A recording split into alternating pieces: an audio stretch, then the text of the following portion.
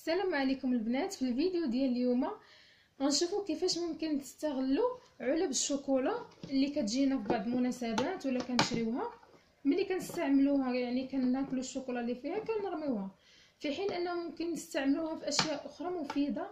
بحال انا غادي نستعملها دابا كمنظم للاكسسوارات. كاينه هذه ديال فريرو روشي، تتجي بحال هكا، كتجي مقصره من الداخل على هذا الشكل هذا. ممكن تحطي فيها لي زاكسسوار ديالك بهذا الشكل، كتبقى منظمه وفي نفس الوقت كتحافظي عليها بهذا الشكل هذا، وحتى الشكل ديالها زوين. كتسديها وكتحتفظي بها في البلاكار ديالك. كاين هذا الشكل هذا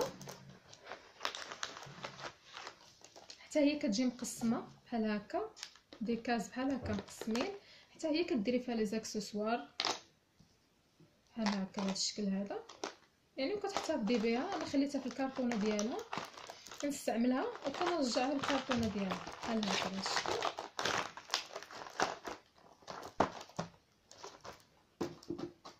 كاين هذا الشكل هذا مختلف شويه.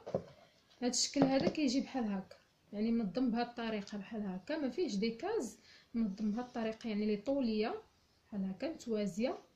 هذه ممكن انك ديري فيه مثلا الماكن بحال هكا، الماكن لي غورميت ولا شي حاجه بحال هكا. ممكن ديري فيه مثلا لي غوج لافغ لي ماسكارا، تحافظي عليهم يعني بلاصه وحده. ممكن مثلا ديري فيهم الماتيريال ديال المانيكير ديالك باش تبقاي محافظه عليه وتتعرفيه فين كاين، يعني ما تيتجلالك ما والو. ممكن ديري فيه مثلا الفلايل هادو اللي تيتوضروا،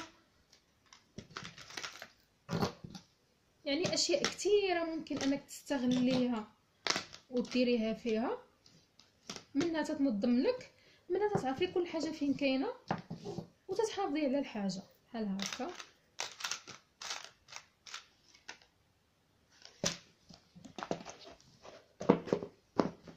اما بالنسبه للناس اللي ما عندهمش هاد لي بواط ديال الشوكولا، كاينه واحد الحيله اخرى يعني اللي نفس الفكره تقريبا ديال هاد لي بواط ديال الشوكولا، اللي هي بالكرتون ديال البيض. كيفاش بالكرتون ديال البيض؟ غناخذ هاد الكرتون ديال البيض، ناخذ شي حاجه بحال هكا يعني شي منظم بحال هكا كيف ما كان عندك متواجد في البيت ولا تشريه بحال هكا، ونقطع العبار ديالها ديال هاد المنظم ونحطو على هاد الشكل هذا.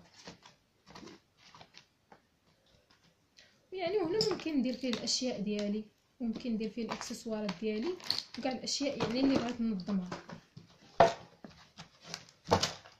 بحال هكا بهذا الشكل بحال هكا. اولا ناخذ علبه بحال هذه، علبه ديال الثلاجه عاديه بحال هكا، وناخذ كرتون ديال البيض ونقطعوه حتى هو يعني بالقياس ديال العلبه ديالي ونحطو فيها بهذا الشكل، نحط فيها الاشياء ديالي اللي بغا نحتفظ بها بحال هكا بهذا الشكل هذا.